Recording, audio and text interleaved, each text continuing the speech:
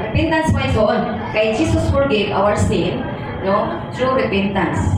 Kaya hindi po pasaylo ang Ginoo kung doon na ta maghinulsol may soon. Wala nga, in Luke 13:3, ingon diya nga, no, I tell you, but unless you repent, you too will all perish. Ingon siya, di, sultihan kamo. Kung di ka mo maghinulsol, mubiya sa inyong mga sala, mga matay ka mo sa kanila. Nga, doon ay keyword sa niya mga igsuon, at duha ka buok, ako diba, sa mo ang repentance of consequences of that repenting. No? Wala nga, ang repentance sa mga igsuon is a change of mind. No? Pag-usap sa akong kanang nahuna. It is a personal decision mga igsuon. Wala ka itukmod. It's your personal decision na. Repentance is not when you are crying. Natuwa ka ni, naghinusun siguro kayo, hilak na. But it is when you realize that you have done wrong. Or it is also happen when you want to change. Gusto ka nang mag-usap niya. Gusto juga nga mabago na pero usahay kuwang na mga sinful nature mga usahay di pa rin mo mabiyaan siguro. Muna nga, gingon niya nga, repentance is the act of turning away from sin and towards God. Jadi, imong talitan ang sala tungkol sa Ginoo. Nya involving nga ni mga igsoon, guyog ani ang change of heart, mind and behavior. Kaya ang heart mga igsoon, deceitful kaayo. Na dali ba siya ma-deceive ba? Mga maayo pa kakaro pag nasusunod mga oras. Mawala na. Okay, ang heart is deceitful. Muna nga kinaglan nga mausap ang iyong pamatasan, hinaiya. Okay? Doon na kita sinful nature na ang gawin sa mga sinful nature na ito sa mairal mga igsoon. Mga gingon niya nga, consequences of not repenting mga igsoon, na kung hindi ka pubiya sa sala, Jesus warned, without repentance, people will perish. We need to acknowledge our sin. Ilo na ito na kita makasala o makasasala. Hindi na ito makasasala kay sa itong pagdawat ato ni Ginoong Hesus, ang atong makasasala at tinabuhi, igibag ko na ni Ginoong Hesus. Pero kung makasala, di apunta. O, ngayon na nga, na pinagod nga, di na ito ilon, nakita yung makasala. Ano nga, magpabilin yun nga, magbagahi dyan na itong kasing-kasing. Pero sa ito mga ison, sa Romans 3:23, gingon niya nga, everyone has sinned and fall short of God's glory. O, nilayo ta sa presensya sa Diyos. Kamatayon o pagkahimulag sa presensya sa Diyos mo ang silo. Okay. Di ba niyo nga karon kung makasala, mamatay ka dayon kung dili ang pagkahimulag imo sa Diyos. Kung mamatay ka nga himulag ka sa Diyos, asa man ka padung. Wala nga. Ikaduha, gingon niya nga, claiming to be without sin, lead self-deception my soul. Nga musimang ka. Oh, wala niyo ang kamatuoran. But when you admit your sin, it is a sign of humility. Nagipaubos ni mo ayong kaugalingon. Tinon my soul kay kung imong akseptahon nga ikaw makasala, imong i-accept ang imong kaulawan my soul. Kaya ang sala, kaulawan na my soul ang sala. Wala tungod kay imong i-accept, imong ibaliwala ang kaulaw. O mana nga it is a sign na imong gidawat ni it is a sign of humility.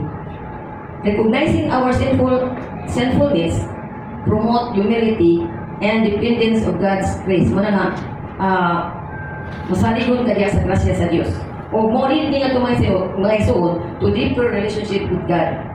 Mana nga mayo dyan ang pag-recognize ka sa kita makasala. Repentance, mga isuon, things to have a true repentance. Ikaduha, repentance need confession my soul sa pagsugit. Asa man nato isugit?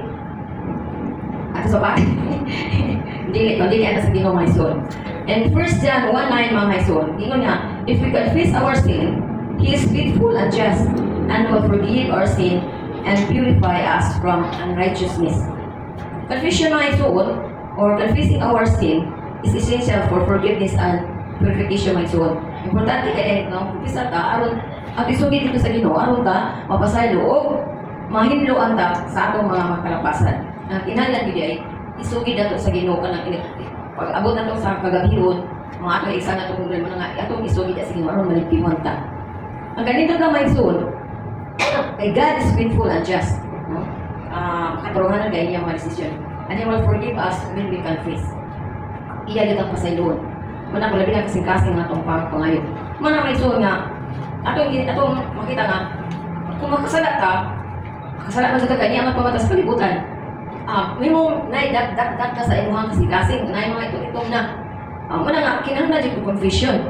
Kung ang imong mga sala, ang imong nabuhat, mga sipya, kung hindi na mo katanggal, mga itong pasaylo, balik na kung pagkaitong. Balik na naman na nga, mahimo ka nga, maluya na ka diya sa Ginoo. Di na nga, do your action, match your word. Di na nga,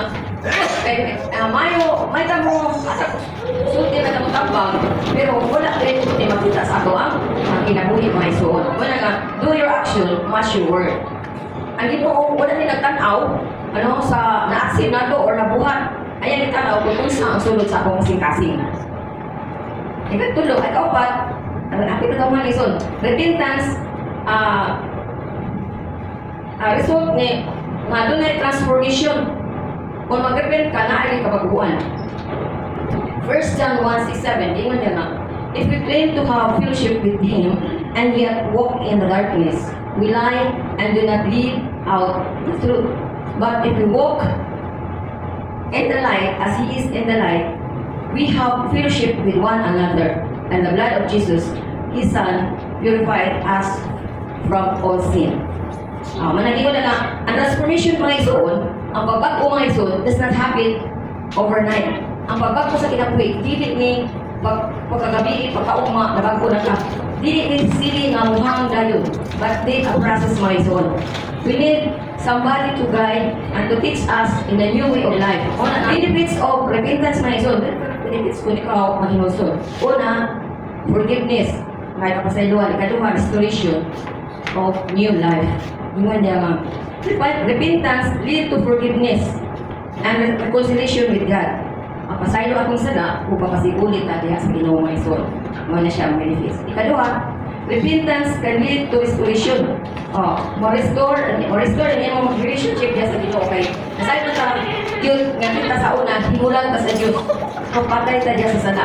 Muna nga, sa diya nga mag-repent ka, ang relationship mo mabalik diya sa Ginoo. Mabalik ka pag-istorya sa ating Ginoo. Ikaduha, nai-healing mga isuon. Dili lang spiritual healing o physical healing. Ikatulo, new life mga isuon. Repentance mark the beginning of new life in Christ. Ito pa, mark ka din ang mag-repent ka, mag-usap ka, makita sa mga tao nga, di na ka sa una, it's a sign na it's new life in Christ my soul.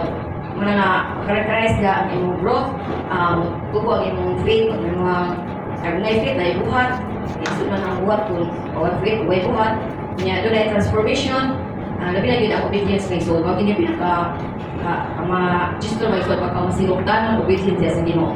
Conclusion my soul, ako basahon. Conclusion, in Galatians 2:20 my soul, gingon niya, my old self has been crucified with Christ.